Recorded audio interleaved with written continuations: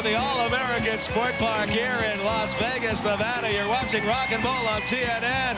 The place is swaying. Everybody's playing, including our great alley band, the Pin Setters. Well, the answer to our trivia question, what is Kegelspiel?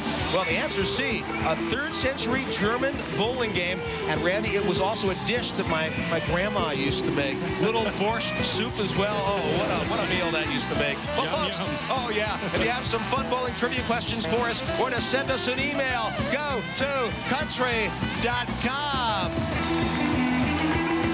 Well, welcome back, everyone. Gary Seibel, Randy Peterson, Western Illinois. The Leathernecks have now forged their way to the lead in this semifinal matchup. I know, friend, that you are pumped. I mean, how could you not be? It's high-energy stuff here. We got the band, the Pin Setters. The fans are having a great time, and we have absolutely fantastic competition going on down on the lanes. And more, much more than that. $5,000 on the line in this semifinal. The winner will move on to the Rockin Bowl championship game and a chance to win $10,000. There's more bowling out there. Let's get back to it. Frame number 5 of our traditional game is coming up. You know, the players are getting acclimated now. I'm predicting we're going to start seeing some strikes. And as usual.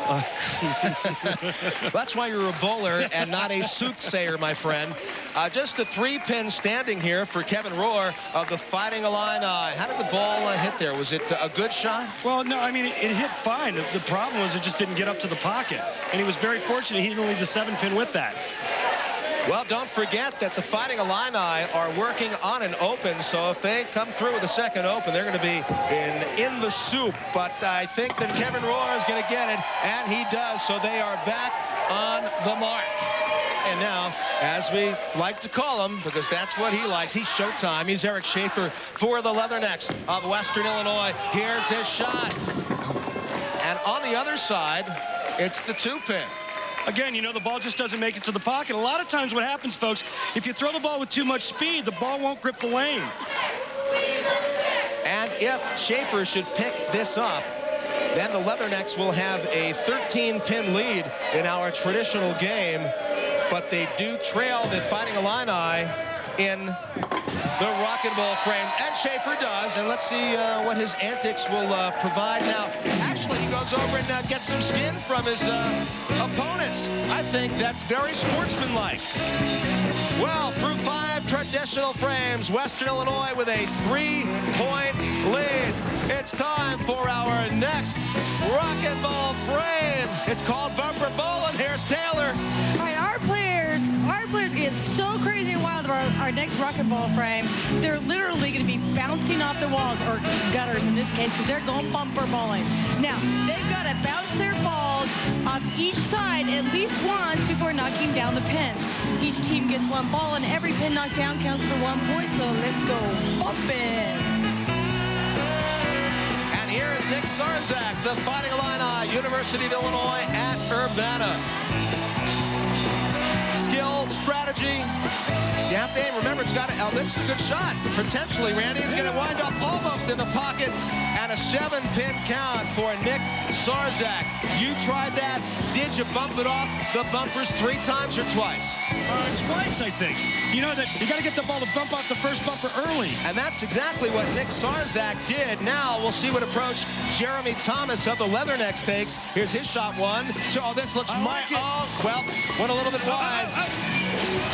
And we've got a Rockin' 7, but it stays. And so once again, we have another Rockin' Bowl frame that winds up in a tie.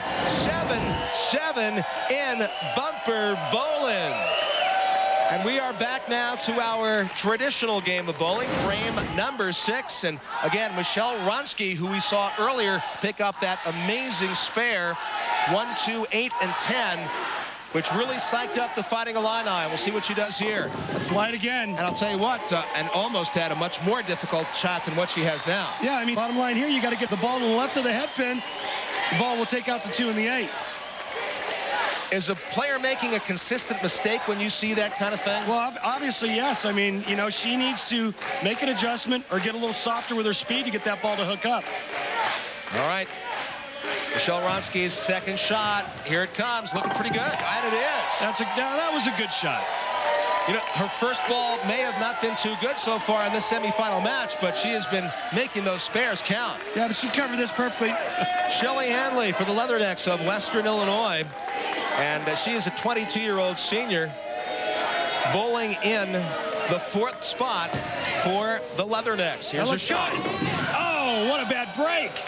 We call that the ring and 10, folks. You've seen the 6-pin go to the sidewall and cut the 10 out. A ring and 10's where the 6 just jumps right over the top of it. And jump it did. Michelle Hanley now will take her second shot. And again, Western Illinois working on a spare. They got a 9-pin count. They need to get this spare just to keep the marks even with the Fighting Illini. They have actually, and if they make it, they'll actually still maintain a 15-pin lead in our traditional game, which is what they are doing.